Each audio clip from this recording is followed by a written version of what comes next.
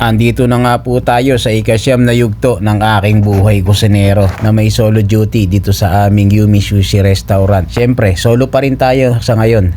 At kung umay na po kayo sa aking kwento na paulit-ulit, skip nyo na lang po ang aking video. Hindi naman po sa pilitan to na panoorin nyo. Kaya skip nyo na lang po ang aking video kung ayaw nyo na po ito. At eto na nga't mabalik na tayo sa aking pagro-roll. Dahil habang ako po ay nagro-roll ng uramaki sushi, nagluluto rin po ako ng noodles dyan. Siyempre, all around pa rin.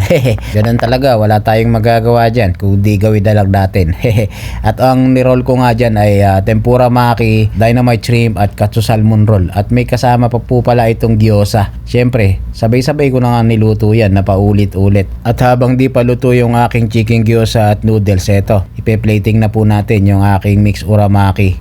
Cut natin. Siyempre, lalagay natin sa ating plating at lalagyan ko lang po ulit yan ng mga sauces at toppings para ma-serve na rin po ito sa aming customer. Bali, request lang po dito ay no crab lang po. Kaya naman ipe-plating na po natin yan at lalagyan natin ng mga konting design at kaekikan.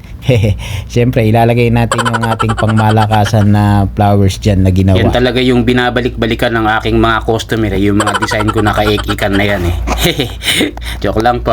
At special shoutout ko pala itong si Madam Annalyn na nag-send ulit ng star sa akin at si Madam Makaranyaeg na S. Salamat po ulit Madam sa pag-send ng mga star. I love you all. Mua mua chup chup. At eto na nga, ibalik na tayo sa aking pagluluto ng noodles. At i-out ko na rin po yan at isusunod na po natin dyan ang chicken gyoza para maibigay na po ng aming kahera doon sa aming customer. Yun lang, salamat. Love you all. Mua mua chup chup. Alright.